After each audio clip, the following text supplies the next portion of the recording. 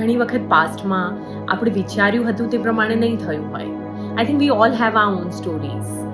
બોર્ડમાં અમુક પર્સન્ટેજ જોઈતા હતા તે નહીં આવ્યા હોય, કે જે ગમતી જોબ હતી એમાં સિલેક્શન નહીં થયું હોય, ફોરેન સેટ થવું હતું પણ વિઝા રિજેક્ટ થયા હશે, કે જે બિઝનેસ આઈડિયા માટે ખૂબ જ મહેનત કરી હતી તે વર્કઆઉટ નહીં થયો હોય, ગમતી છોકરી નહીં મળી હોય. Oh God.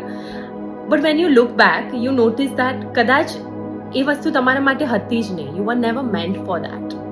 And always remember that there are no wrong routes, no accidents. Everything happens for a reason. God always has bigger plan for you.